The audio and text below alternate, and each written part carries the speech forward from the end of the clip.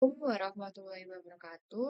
Kami dari kelompok 3 akan mempresentasikan hasil kerja kelompok kami mengenai komposit CFRP. Anggota dari kelompok kami ada 3 orang. Yang pertama ada Yasmin Prastika dengan NIM akhir 010, Fadila Puspitasari dengan NIM akhir 018, dan Anissa Dwi Febriani dengan NIM akhir 056. CFRP. Menurut Saputra et al. 2023, CFRP adalah bahan komposit yang terdiri dari serat karbon sebagai penguat dan resin sebagai matriks yang digunakan untuk menutupi struktur yang mengalami kegagalan. CFRP biasanya digunakan untuk perbaikan dan perkuatan elemen struktur pada konstruksi fungsi perkuatan dengan sistem komposit CFRP, yaitu untuk peningkatan kekuatan. Daya tahan CFRP yang tinggi akan lebih ekonomis jika digunakan pada lingkungan yang korosif. Kemudian ada karakteristik CFRP. Menurut Ikaningsih dan Saifuddin et al. 2023, sifat-sifat CFRP yaitu memiliki berat yang ringan, rasio antara kekuatan dan berat tinggi, rasio antara modulus elastisitas dan berat tinggi, kekuatan lelah atau fatigue tinggi, memiliki ketahanan korosi yang baik, ekspansi koefisien thermal rendah, mempunyai konduktivitas listrik, dan biaya yang tinggi.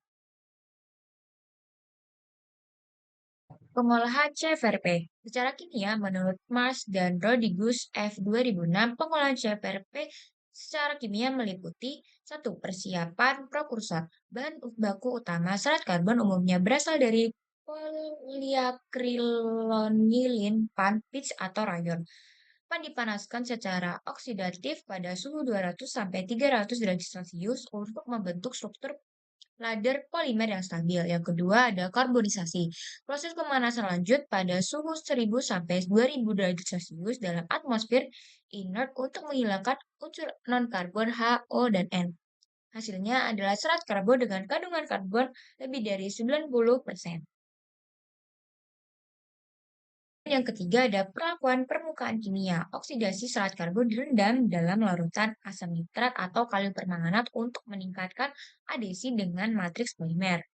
Plasma treatment, penggunaan plasma untuk membentuk gugus fungsional di permukaan serat. Kemudian ada permukaan matriks polimer. Matriks umumnya menggunakan epoksi, polyester, atau vinyl ester yang dicampur dengan hardener untuk reaksi curing. Kemudian proses curing. Polimer mengalami reaksi cross-linking atau pengerasan dengan bantuan panas atau katalis kimia. Kemudian ada daur ulang kimia. Pirolisis, pemanasan CFR pada suhu 400 sampai 600 derajat Celcius untuk memisahkan serat karbon dari matriks resin. Selanjutnya adalah pengolahan CFRP secara fisika. Yang pertama ada spinning dan drawing serat karbon. Jadi melt spinning dilelehkan dan diekstruksi melalui spinneret untuk membentuk serat kontinu. Drawing serat ditarik atau stretching untuk meningkatkan orientasi molekul dan kekuatan tarik. Selanjutnya ada stabilisasi thermal, yaitu serat pan dipanaskan di udara pada 200 sampai 300 derajat Celcius untuk mengoksidasi struktur linier menjadi siklik. Selanjutnya ada karbonisasi dan gravitisasi. Karbonisasi yaitu pemanasan hingga 1000 sampai 1500 derajat Celcius dalam atmosfer inert untuk menghilangkan unsur non-karbon. Dan ada gravitasi, yaitu pemanasan hingga 2500 sampai 3000 derajat Celcius untuk meningkatkan kristalinitas dan konduktivitas listrik. Nah, yang keempat ada perlakuan permukaan fisika, abrasi mekanis, penggunaan grit blasting atau polishing untuk meningkatkan kekasaran permukaan serat. Selanjutnya ada radiasi UV atau ozon untuk meningkatkan adesi dan membentuk gugus polar pada permukaan serat. Yang kelima, fabrikasi komposit, layup manual atau automasi serat karbon dilapiskan dengan matriks polimer secara manual atau pakai mesin. Selanjutnya, compression molding yaitu pemanasan dan pengepresan di bawah tekanan tinggi untuk mengurangi void. Yang keenam ada curing thermal yaitu matriks polimer mengeras melalui pemanasan pada 120 sampai 180 derajat untuk membentuk ikatan cross-linking. Selanjutnya ada kita bahas tentang perancangan reaktornya. Jadi perancangan reaktor pada komposit CFRP itu merancang reaktor yang digunakan untuk mengendalikan reaksi kimia curing dari resin matriks dalam komposit CFRP agar prosesnya itu berjalan optimal. Nah, jenis-jenis reaktornya ada autoclave, hot press, oven curing, out of autoclave. Autoclave itu adalah reaktor tekanan tinggi dengan kontrol suhu yang baik, cocok buat industri pesawat dan otomotif. Ada hot press atau compression molding, yaitu plat panas yang menekan bahan CFRP ke dalam cetakan. Efisien digunakan untuk volume produksi yang sedang.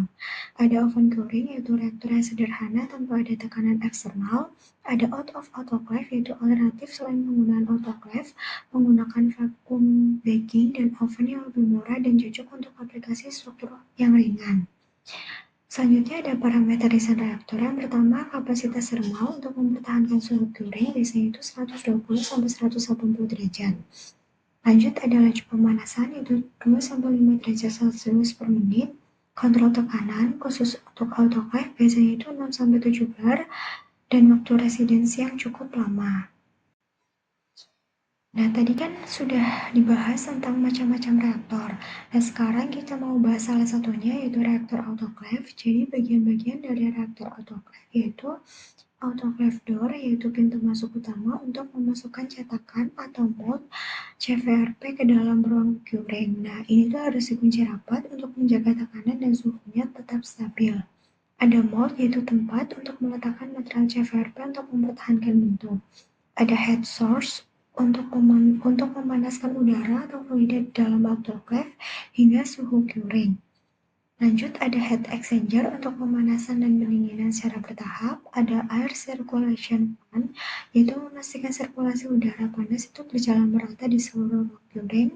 Ada fluid flow untuk menunjukkan arah aliran udara atau fluida panas di dalam autoclave. Ada inner wall, yaitu tempat berlangsungnya curing. Ada extraction wall, yaitu lapisan luar autoclave untuk menjaga isolasi panas.